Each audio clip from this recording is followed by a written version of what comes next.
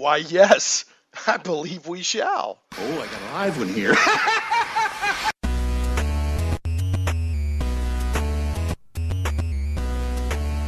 Live from Little Rock, it's Shane Plays Radio.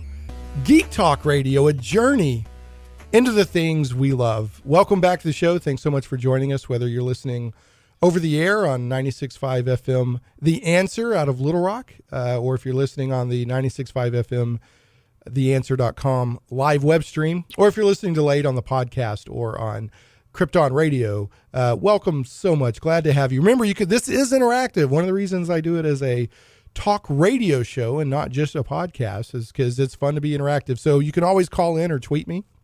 The call-in number is 501-823-0965, or you can tweet me at Shane Plays. That's ShanePlays. So just jumping right in here, let's get our show notes out of the way, and then we're going to dig right in. We've got in studio again, so glad to be joined by him, Mr. Steven Chenault of Troll Lord Games and Castles and Crusades is going to be talking with us later in the show as our main segment about a new Kickstarter that they're doing for 5th edition, and that we're going to be talking about the new D&D 5th edition OGL/SRD, which he's basically built Castles and Crusades on, a form of that. So I really want to get his opinion on the new 5th edition one. And then we're going to be talking about the Dungeon Masters Guild, which allows you to publish content in D&D's or Wizards of the Coast intellectual property universes and do a revenue sharing deal. Before we get to that, though, I just want to remind you that this show does go out as a podcast, and it'll be on the blog at shaneplays.com, on iTunes and Stitcher. It also goes out on the YouTube channel at youtube.com/GoShanePlays.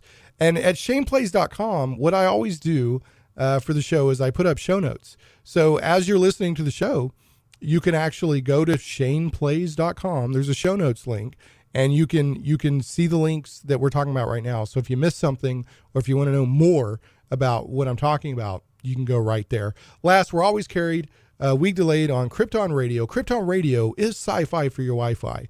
KryptonRadio.com. Now, before we get into the news, I want to mention, I've been mentioning recently, and we'll talk about this more later in the show, that Troll Lord Games is a sponsor, and we're really so pleased to have them and to have that partnership with them.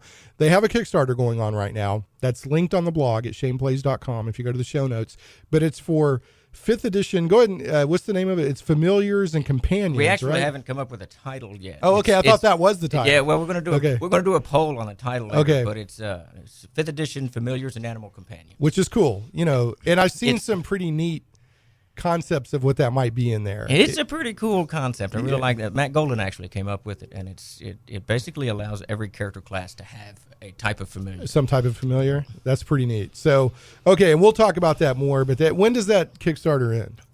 March 3rd, early March. And for the last couple of times I've checked on it, it's doing pretty well. It's doing pretty good. Okay, y'all, you guys have had some good success with Kickstarters. Kickstarter's been very friendly to us. Good. I love it. So, okay, well, let's go ahead and Zach. Before we get into the news, before I have you turn on the mic so we can listen in on the news team. So the Super Bowl happened last Sunday.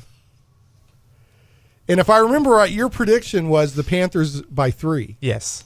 So what happened? I mean, what was the score, Zach? Did the Broncos win? The reason I'm doing this to poor Zach is his career, he wants to be a sports analyst. So I got to give him a hard time. I love Zach. Was it a good game? Did you enjoy the game? Actually, the first half was good, but the second half, not so much, because the quarterback play was disgusting. It was ugly. Was it? It was ugly. All right. Yeah. What was this thing I saw? I don't want to spend a lot of time on this, but Peyton Manning's brother Eli seemed disappointed. What was this about? Those are the faces he always makes. Okay. Even after they won the Super Bowl. So that's his look of surprise and shock and. Well, that's a quarterback. You look ahead. Yeah. So I'm guessing, after they scored the 2-point conversion, whatever it was, he was happy, but then again, he just looking ahead. Well, I'm not talking about Peyton. I'm talking about Eli. Yeah, Eli. Yeah, because they were trying to say like his brother didn't want him to do well or something like that. I don't know. Because it looked like in the animated GIFs I've seen that he was like disappointed. Like everybody else was all happy that Peyton had just won the Super Bowl or whatever. And Eli was like, Well, Archie was as well. He's their oldest brother. okay. And, you know, he had the same facial expression. I and don't know. everything. Anyway, people just trying to rile stuff up, aren't they? That's Eli. Okay. That's him. So He's so weird. You predicted the Panthers by 3. Yeah. And what did it end up being? The Broncos by what? I forgot the score. No, you didn't. What was the score, Steven? I have no You don't idea. know? What was the score, Shane? It was Tell like me. 24-10 or something, wasn't it? Yeah, I mean, yeah, Christian, my nephew Christian and my niece Michaela are in the studio, and Christian's over there nodding. Mm-hmm. So anyway, I love you, Zach. I don't remember scores, that well. Yeah, I love you, Zach. You know I'm messing with you. It takes guts to predict ahead of time. It takes guts. See, that's why I don't like predictions. Yeah. I went against my rule. All right. Well, thanks for breaking your rule for me, buddy. I feel special. All right, let's listen in. Let's turn on that microphone in the newsroom. Oh, there they go. Those guys work hard, Steven. Sounds like it. They work hard. They come in on Saturdays. Remember, folks, for every $1 of support that I get via Patreon at patreon.com/ShanePlays, they get a penny an hour raise. A penny an hour There you raise. go. Can't beat that. They got kids to feed, people. Come on. Just messing around. All right. So our first geeky news item is, and I'm thinking you've already paid attention to this, Stephen. I forget. Do you prefer Steve or Stephen? Either one. Either Steve's one. fine. All right, Steve.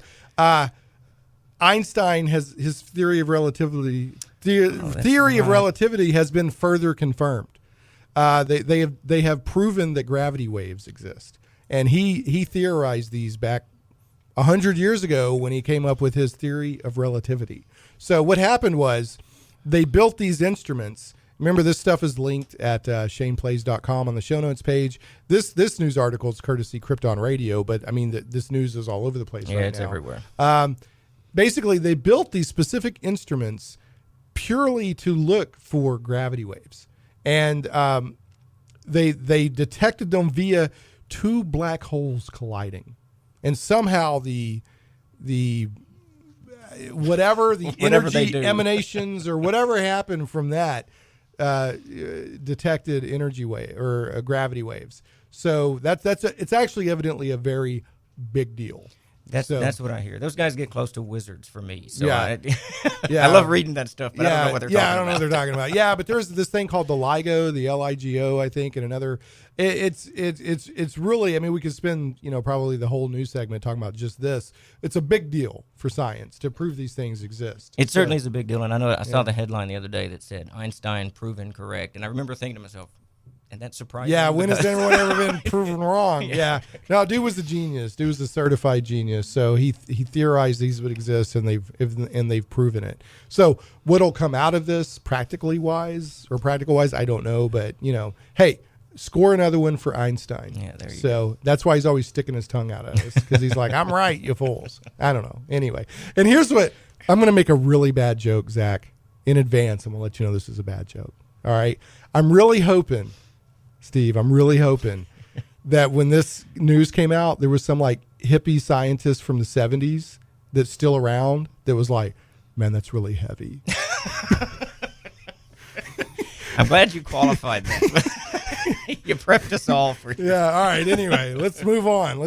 All right. So getting into movies, this should surprise no one, just like Einstein being proven correct should surprise no one. Deadpool set a Thursday night record for an R-rated movie. So it's doing very well. It's getting great word of mouth. Which the marketing on it's been really good. Now I'm going to throw a public service announcement out there to people who may be listening who don't know the movie or the comic books that well.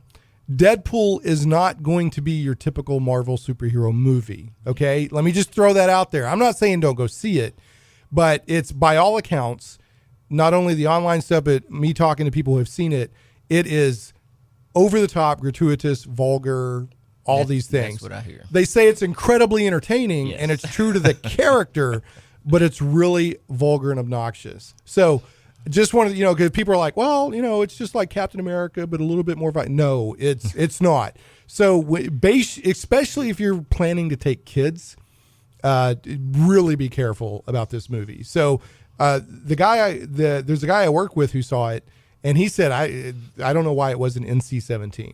So that was Really? basically what Oh, he wow. said. Yeah. So they're really pushing the limits of R rating on it. Yeah, so I've heard- and go ahead. I've heard great things about it, but I've heard the same thing. Yeah, it's entertaining, but it's- something can be entertaining and incredibly offensive at the same Yes, time. it can. Right. So, and then somebody else said that they heard that, I think it was Fox that put the movie out. They actually said, please don't take kids to this. Really? So I'm just throwing that out there. Just throwing that out there. People can make their own choices. Yeah. So, but I just don't want people thinking they're walking into Spider-Man or Captain America or Iron Man. Yeah, I let my son when he was 8 watch 300. Probably wasn't a great idea, but Well, I'm guessing 300. You know, I mean, I guarantee you, nowhere near as traumatic as Deadpool. Deadpool. Yeah. So, and I mean, 300 tells this amazing story of we're going to fight yeah, for but a it's got principle. a lot of. It has a lot of heads separated. Yeah, from it's got a lot of torsos that. and- Yeah, it's got a lot of that. So this is cool. Sticking with the news theme, I'm kind of excited about this. Battlestar Galactica film franchise is now in development. So I don't know if they're going to be continuing with the reboot TV show, or if they're going to take it back to the original TV show, or if they're going to do something altogether different. But I love Battlestar Galactica. I loved the old Battlestar Galactica. I like the new Battlestar Galactica. So I'm excited about this. Yeah, I enjoyed the original Battlestar Galactica when I was younger. Yeah. Did you Can't watch really- any of the I can't reboot? go back to. I did. I watched up through most of it. I don't think I Yeah. ever finished it. I can't remember why. It but- started, the first couple of seasons were amazing. It got into so much infighting Yeah, that was a little disappointing, but I it was think I good got up to storytelling. when they're in the prison camp or something. Oh yeah, And yeah, I know what you're talking about. Yeah. Yeah, so they settled on a new world. The characters in that show were fantastic. Setting Amazing was great. writing, yeah, it amazing was just- writing. And you know, it was a great reboot if you're gonna reboot something. So, so here's some other news, and I've got the people who are working on the Battlestar Galactica film. Evidently, I don't know, a Prometheus writer was involved in it at some point. It says Michael DeLuca, Scott Stuber, and Dylan Clark are currently developing the first of a planned massive event franchise for Universal. Wow. So I don't know. That's why I'm seeing Battlestar Galactica stuff pop up. Probably, yeah. So I'm excited. Yeah. The Colonial Viper is the coolest ship ever is. made It is. for a sci-fi TV show. It's awesome. Hands down. Do you know the Colonial Viper, Christian? You don't have to say anything on the radio. He's shaking his head. Generation gaps. So, all right. More movie news. Star Wars Episode 8 has started filming. That's big stuff. And guess what my nephew Christian and I are going to go do this afternoon? What's that? We're going to go see Star Wars The Force Awakens because he Nice. hadn't gotten to see it yet. really? So we're rolling up in there. Yeah, we're rolling up in there. So that'll be my third time to see it. I I've think. seen it twice. It's an Have you? epic event. There It's is a no great doubt. movie. Yeah. Yeah, really looking forward to it. So production. So Episode 8 has started filming. Production has begun on Episode 9. That's production where they're script and Right. characters and lining stuff up. And here's some news on Episode 7, which is The Force Awakens. It has made $900 million domestic, $2 billion globally, and this is where the real money's at. A lot of people don't realize this. $3 billion globally in consumer products. Wow. That's where a lot of this movie or money in movies is at. Oh, is the marketing and the merchandising. $3 billion globally with a B. And that's in what, 2 months? How long have we been out? Like 2 months or something. Maybe Just 2 months. ridiculous. Yeah, ridiculous. And then they're doing some one-off movies. In the first one, Rogue One, filming is virtually complete. And then pre-production on they're doing a young Han Solo movie is underway. Now, So- these are, correct me if I'm wrong, one of my authors, Jason Vey, told me that next December won't be Episode 8. It'll be Rogue One. It'll be the one From what I understand. Yeah. And then the year after that, we'll get another installment of the trilogy. He was laughing about it because he said people are going to go in the theater not paying attention and they're going to think it's Yeah. Episode They 8, probably but it's will. not. Yeah, they're like, wait a minute. What's going on? No, they're actually telling it's a heist movie where they stole the Death Star plans before A New Hope. So anyway, all right. Sticking with the Star Wars theme, there's and this is kind of weird. I think I'll pick this up just because it sounds cool. There's a type of music out there called EDM, which is electronic dance music or electronica. And they're doing a Star Wars Headspace compilation album where all these electronica artists, I don't recognize any of these names, but I work with some younger folks and they're like, really? So-and-so's doing? And it's like Cascade, GTA, Flying Lotus, all these different artists that I've never heard of. Shag Kava, Claude Van Stroke, Rick Rubin, Bonobo. I don't know. Do you know these names, Zach? Rick Rubin, yeah. Yeah? Well, he's doing some Star Wars action, baby. Yeah. So I might check this out. I like checking out, kind of unique stuff like that. But yeah, they're doing their so I guess they'll be listening to Star Wars music in the clubs. I don't know. So That's funny. yeah. All right. So we know we've had news for a while that there's another Star Trek TV show coming from CBS. That's what we're hearing. Now we know that it's going to be the showrunner is going to be Brian Fuller, and he's worked on Hannibal and Pushing Daisies. So I haven't seen either. I've heard they're both well done shows. But yeah, he's going to be the showrunner. Evidently, he's a massive Star Wars geek. Star Trek. He's done some writing for the show in the past, evidently.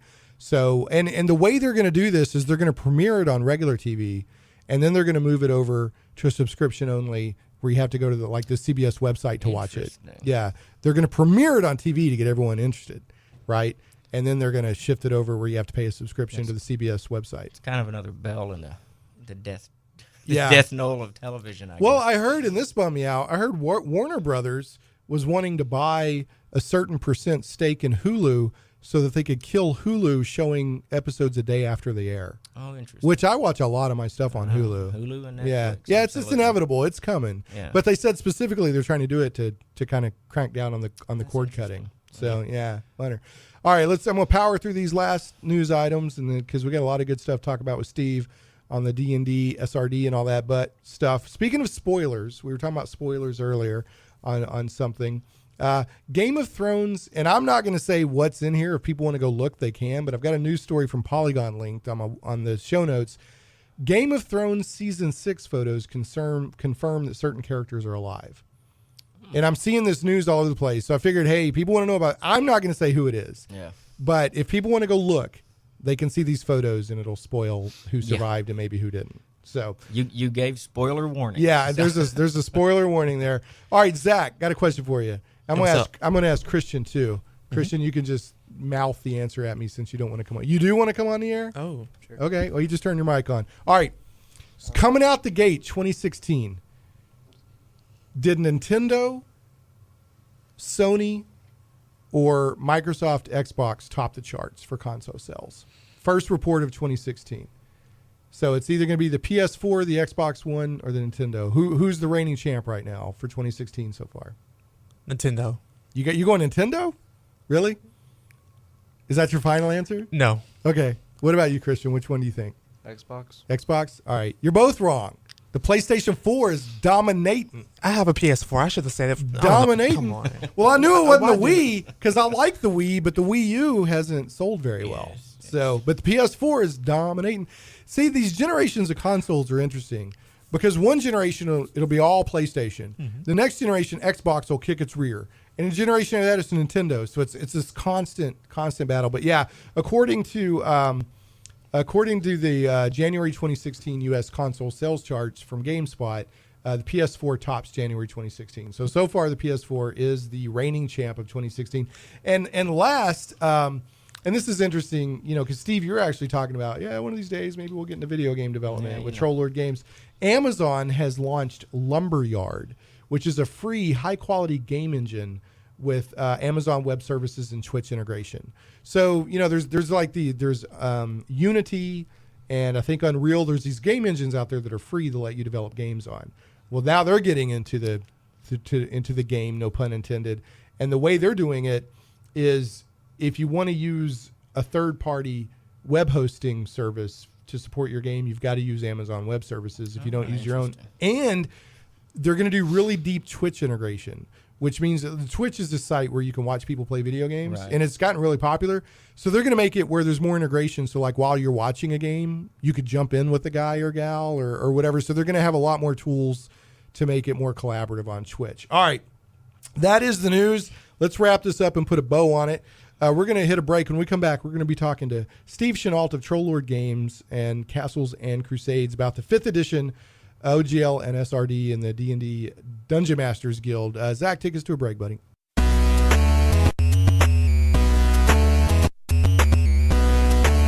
MegaWars.net. The classic online space strategy game has returned, bigger and better than ever before.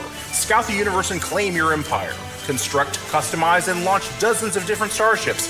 Battle thousands of opponents online in a team-based competition leading to the ultimate battle of the galaxies. Grab your slot today in one of the most hotly anticipated indie games of 2015. Visit megawars.net and get options only available during our pre-sale event running now. megawars.net. The die is cast. Plunge into worlds of fantastic adventure where dragons lie and the undead stalk the shades of your mind's imagines. Where creatures of legend plunder wealth through the horror of their passage. Monsters grim and foul hold the ecstasy of gold and the renown of glory. All this and more awaits you and your friends in the unlimited, fantastic world of the Castles and Crusades role-playing game from Trollord Games. Visit your friendly local game store or Trollord.com to get your copy today. A rules-light, adaptable game that has stood the test of time. 12 years in constant publication with no new additions, Castles and Crusades is the original, easy-to-play attribute check system. Join us and unleash your imagination. Visit your friendly local game store or Trollord.com to get your copy of Castles and Crusades today. Shane Plays Radio is blessed to have sponsors, and we appreciate them very much. However, did you know that you can also support the show as an individual for as little as $1 an episode? Simply go to patreon.com/ShanePlays.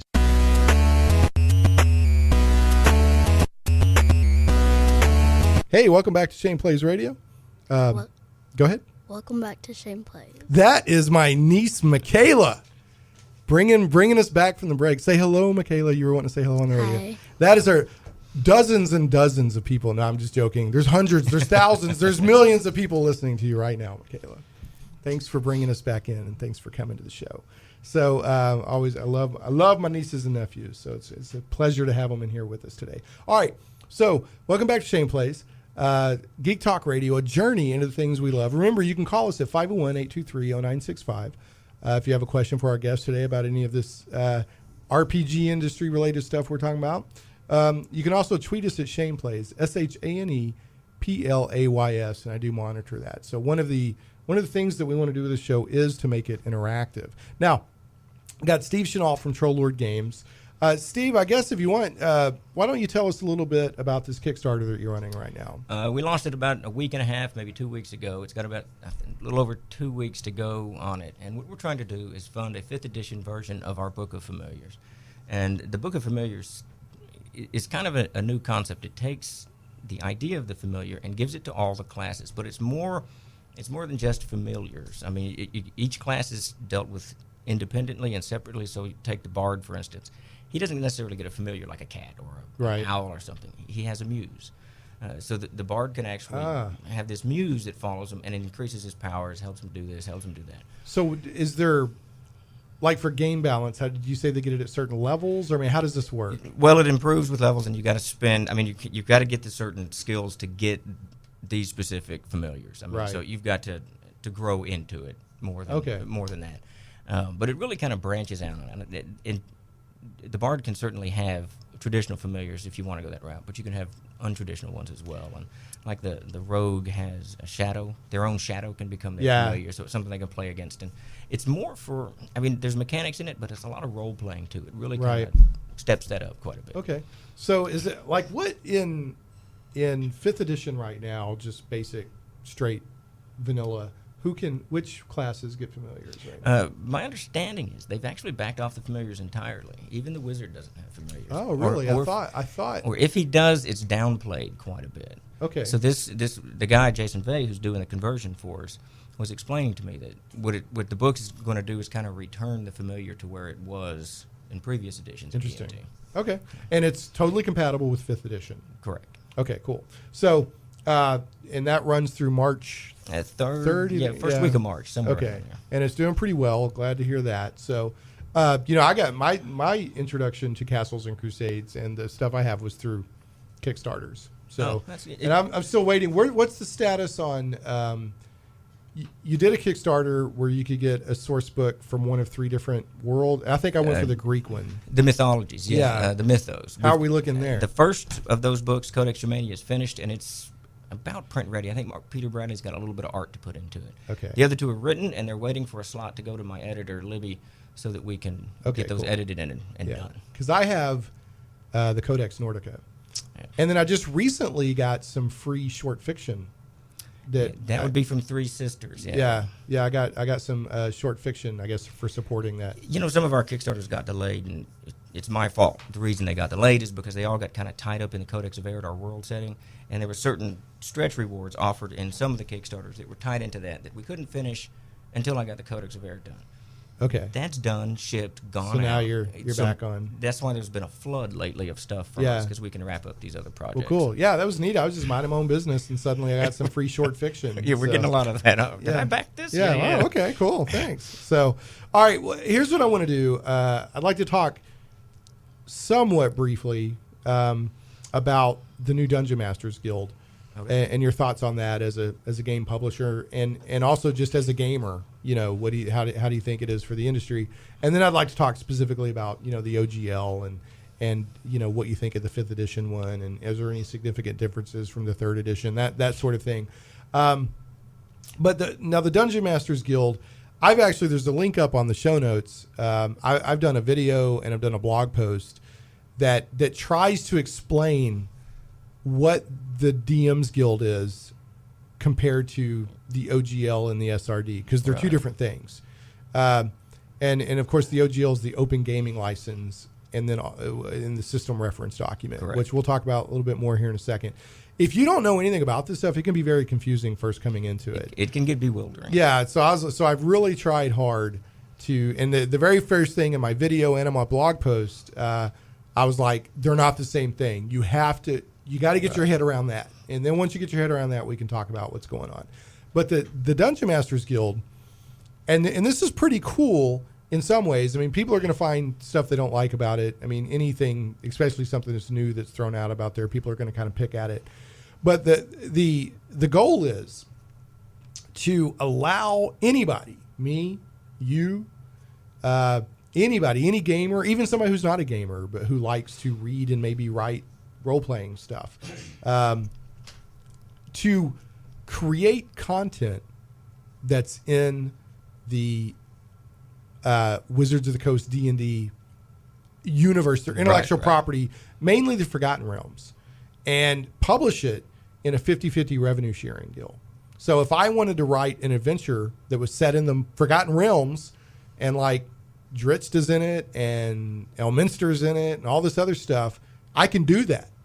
Right. And they provide you go to dmsguild.com or dungeonmastersguild.com. They're linked on my website in the show notes.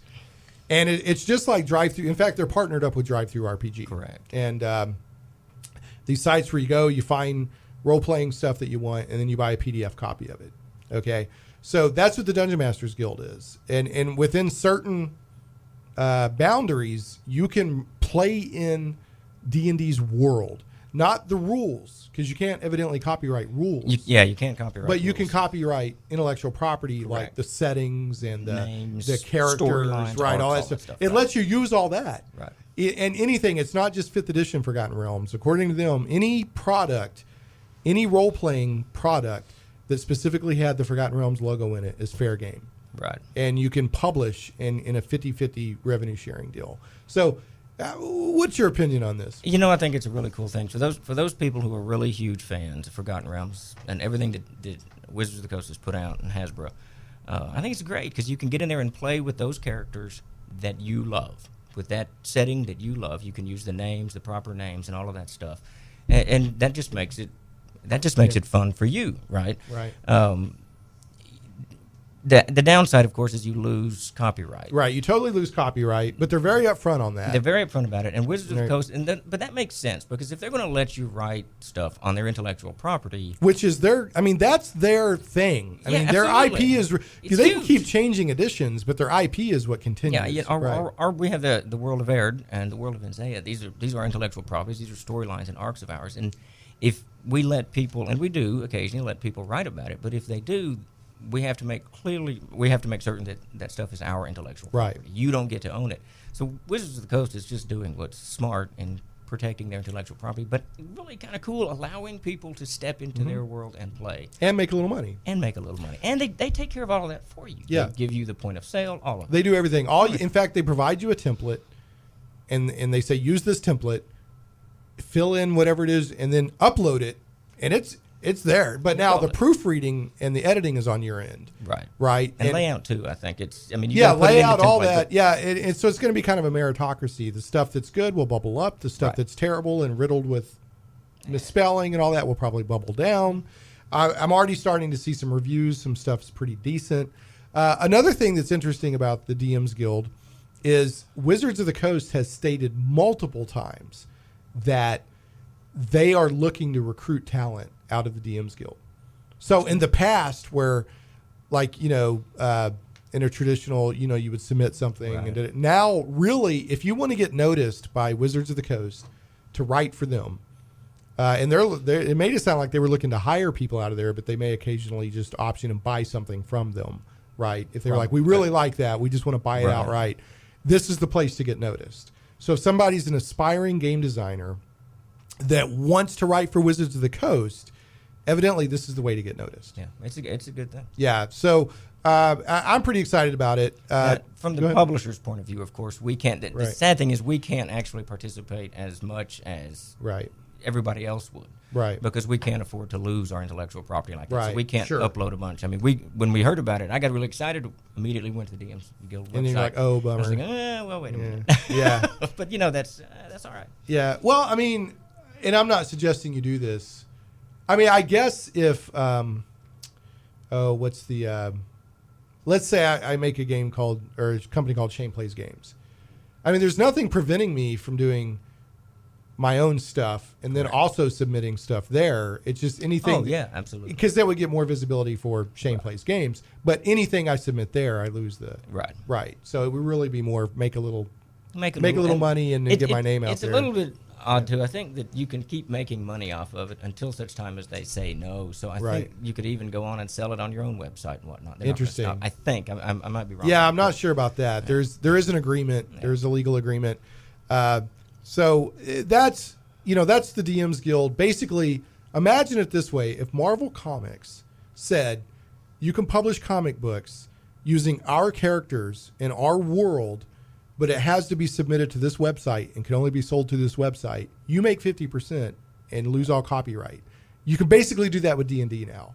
That's kind of neat. That's pretty cool. Yeah, that's pretty neat. So, and the other thing they've changed recently is the Adventurers League. I don't know if you know much about that, but that was their kind of one night a week. Everybody was playing, like at game stores across the world, I guess.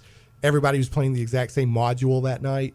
And then they got, it tracked your points and your character. So you could show up at one game store one night and play, and then your character could transfer over. It was all tracked. They changed that to where it's not just at the game stores now that can be played anywhere. Like at home. Or anywhere. It seems to be one of those things. Some people are happy about it. Some people aren't. I don't understand the whole thing. So when we come back, I want to talk about the Open Gaming License and the system reference document. And this is where you can take the rules, the game engine of D&D, if you will, and publish other products with it, with your own intellectual property. Correct. And there's companies out there, including your own, that have used this extensively. Oh, yeah. So I definitely want to talk about that when we come back.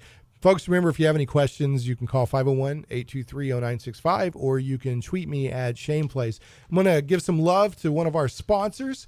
And this sponsor, by the way, carries Castles and Crusades products, Game Goblins. And after that, Zach, we're gonna hit a break. So, all right.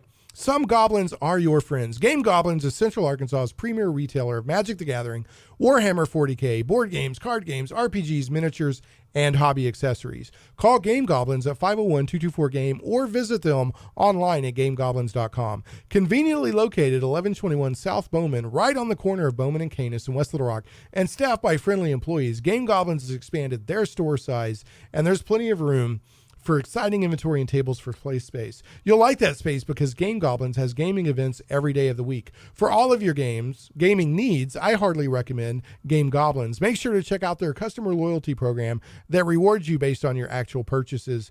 Game Goblins earns your business and keeps it. First-time customers mention Shane Plays and receive $10 off your purchase of $50 or more. Call Game Goblins at 501-224-GAME or visit them online at gamegoblins.com. Tell them Shane Plays sent you.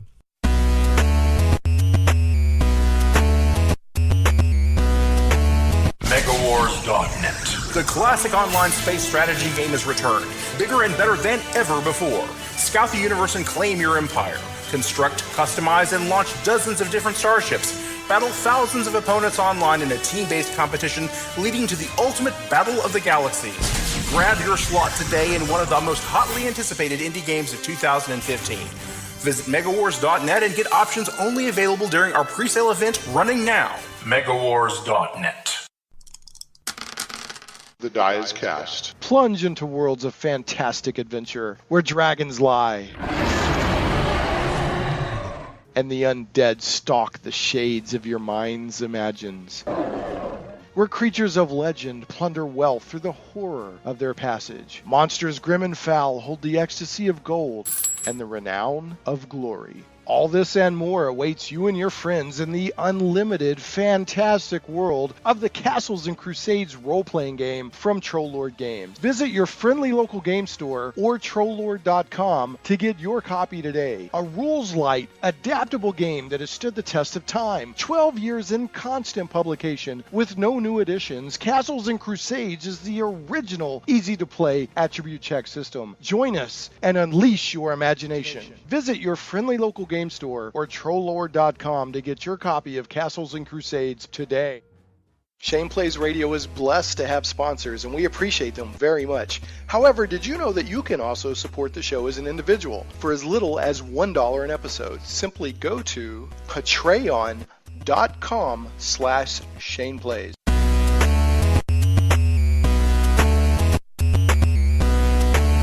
Hey, welcome back to Shane Plays Radio, Geek Talk Radio, a journey into the things we love. We're joined by Steve Chenault from Trollord Games and Castles and Crusades. We were talking before the break about the new D&D Dungeon Masters Guild, which allows you to publish gaming content in like the Forgotten Realms and all that, but Wizards of the Coast keeps copyright, but you get 50% of the revenue, which is pretty cool. Now, the other big news that's recently happened is 3rd edition D&D. They released what's called the Open Gaming License. And that allowed people to publish games and gaming related accessories and that sort of thing using 3rd edition D&D, or was it 3.5 when they released it? It was 3.0, and it was the OGL allowed you to use stuff that was in the SRD. The SRD, right? That's the thing that as I've been researching it, once you get it, it's pretty easy to understand, but it takes a little bit of research. The OGL is the license that allows you to do this. Correct. The SRD, the Systems Reference Document, is the list of rules and content that you're allowed to use. So if you wanted to make a game using the 3rd edition D&D rules, the game engine, like the attributes, the saving throws, the attack rolls, armor class, hit points, all this stuff. And I know hit points is kind of a generic thing now, but I'm just saying all the rules that feats. Well, a lot of it gets into, and I know there's split hairs that a couple of lawyer friends of mine would correct me on, but a lot of it you can't copyright game mechanics. This is what I've heard. So the mechanics are open. So then, but what can you copyright is things like orcs or goblins or dragons or whatever. So the SRD opened all of that up. So you've got the mechanics, and now you've got all of this content that you can marry it all up and publish adventures, settings, whatever it is you're doing. But it's very bare bones. Like you'll get the stats for a dragon, but you won't get the flavor text for a dragon. Right. Yeah, a lot of companies very quickly, ours included, very, very quickly, when you read the OGL that we put back in the back of the book, it'll say protected content, and it'll be descriptions and specific names, That's stuff like that. Thing. Yeah, so for example, and now they've done the same thing for 5th edition. 4th edition had an extremely limited version of something. It wasn't an OGL. It was you had to sign a publisher's agreement. Right. And the only people who did that was I think Goodman Games is the only. Are they the only ones that did it? Signed on to that. Okay, so and now you've got 5th edition, which has gone more back to what they did in 3rd edition. They have an OGL and a systems reference document, Right. and some stuff's not in there. Like Beholder is the trademark name of Wizards of the Coast, evidently.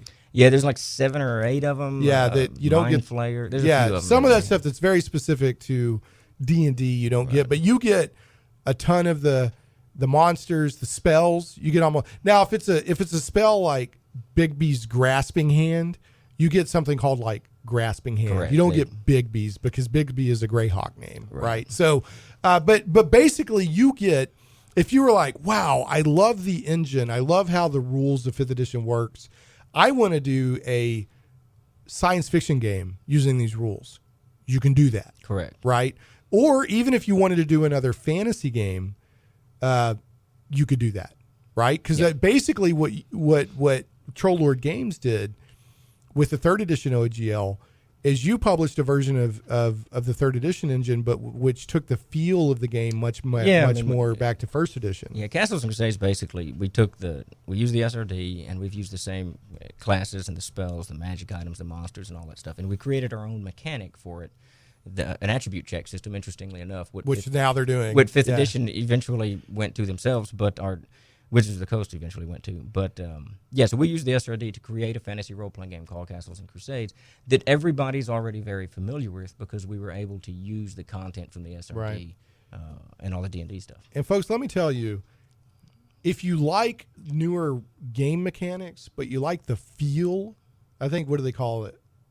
OSG, old school gaming, just OSG movement or something like that. I don't even know. OSR. Yeah, something like old school rules or something like that. Yeah, it feel like I started on the basic and expert set of D&D and played 1st edition AD&D, and Castles and Crusades has the mechanics that have matured over time and been refined, but it has that feel. It's of 1st got. edition. I've had people tell me it plays like basic, it plays like expert, it plays like AD&D, it plays like 2nd edition. Well, it feels like it. I think because the game is so malleable, you can kind of dive into it and adjust it to the way your style is. That it's pretty much any way you want to do it. I can't recommend people enough if you love fantasy role playing, especially if you're a grognard like I am and like Steve is. Go check out Castles and Crusades. And there is a. I don't want to accidentally get to lying here. You know that free RPG day, the Shadows of a Green Sky? Yes. Is that still available for people to try the game out? Yes, it should be. We actually changed the cover yesterday or day before yesterday, but you can get that on RPG Now. For free? RPG. Or? It's not for free. I think it's a 99 cents or a buck. Okay, for a buck. Something like that. For a buck, people, it comes with an adventure and all the rules you need to play and pre-gen characters to see if you like the game or not. I used that to run a session at a charity game, cool. And everyone loved it. Great. We had a great time. Yeah, the concept there is, and it sort of plays into what we're doing eventually with the TOG portal, but the concept there is you can buy this module for whatever it costs, I can't remember, and you can just start playing. You don't need anything else. Well, dice. You'll need some dice. Right. Yeah, you need dice, but it's got the intro rules. Yes. You do not need a rule book. And this will let and you know. It's even coached, like the rules are explained as you play. Right, so you're not reading rules. You're reading the adventure and going. I tell you, there's a gibbering mouther in it at one point. My favorite monster. And the cleric, it oozed over the cleric and killed the cleric. And the guy who was playing the cleric, I was afraid he was going to be disappointed. And he's like 13. He was like, that was awesome. That's great. I love that monster. Yeah. So, all right. Anyway, so with the 5th edition OGL and SRD. Again, the OGL is the legal license. Correct. If you publish anything under the OGL, that has to be included in the product. Yeah, the only caveat on the OGL is 5% of your content has to be open, which means you've got to designate 5% of what people can. Is this in the 5th edition as well? I'm sure it is. Okay. We're actually still using the original OGL for our 5th edition content. Oh, are you? Okay. But the 5% of your content has to be given open, which means anyone in the community can use it without asking your permission. Okay. And so you designate a minimum of 5%. A minimum of 5%. Okay. All right. And it's frequently much. Like the Book of Familiars that we're working on now will probably mostly be So, open. out of curiosity, like, okay, so if I took the Castles and Crusades Player's Handbook, correct. what percentage, like what in there is open? It's a huge percentage because all the spells are open. Okay. But you can go to the OGL and you'll look in like the second or third paragraph and it's got it by page content, what's open and what's not. But if you knock the spells out, it's the majority of it's open. Okay.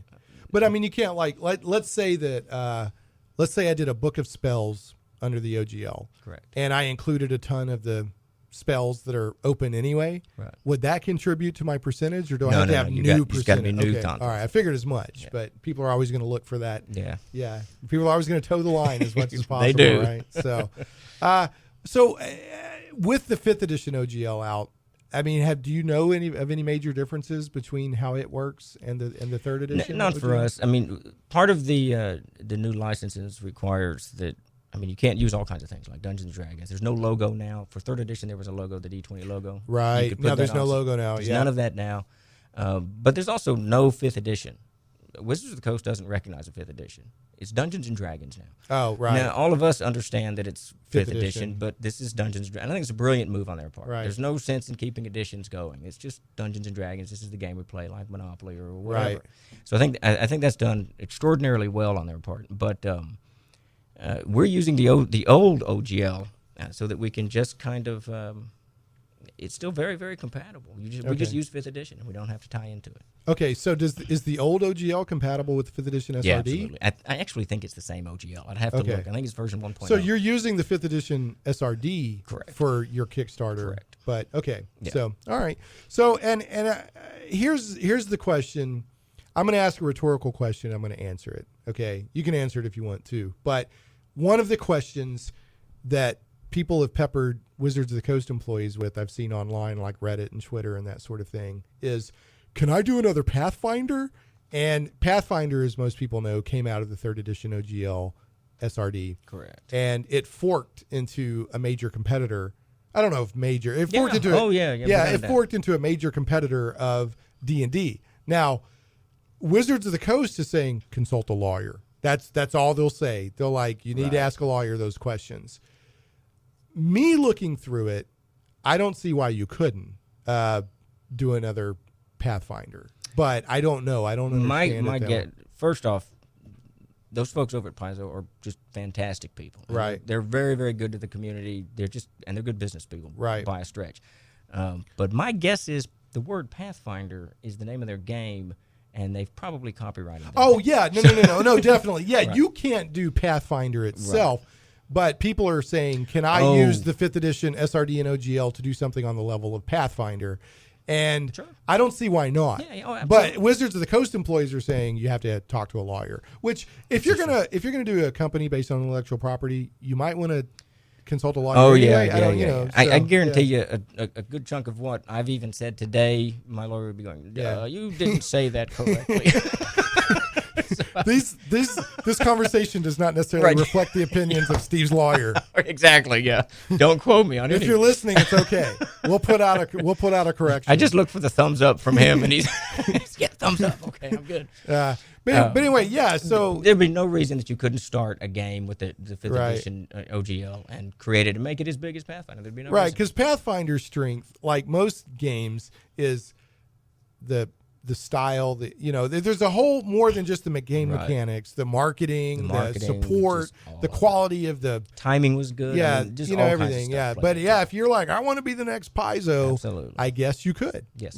So I guess you could. And that's really kind of the cool thing about having it open like this is it does allow people to step in and do what they want to do. Well, it makes the gaming community healthy, and I argue a lot of people were like, well, D&D did a stupid move with the OGL because look at Paizo. No, it made the entire gaming community healthier, right? I think so. Pathfinder, from what I can tell, people would argue with me, carried the torch through 4th edition. I think so. And to now, some degree, right. Yeah. But anyway, all right, about to have to wrap. Time always goes so quick.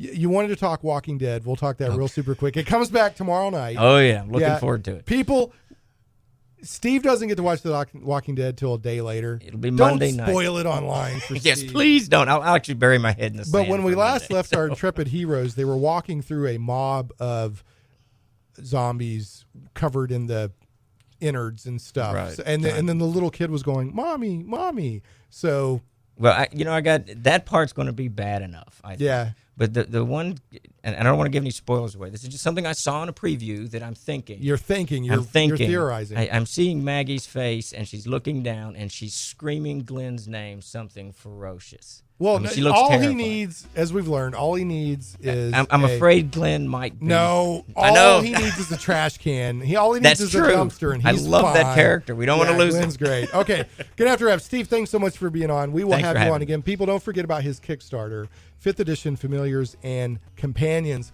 Listen, the tweet of the week is from Howard Taylor, and he said, "Today I learned the human skull is a really good electrical insulator, way better than a tinfoil hat. Probably why the aliens have all those drills."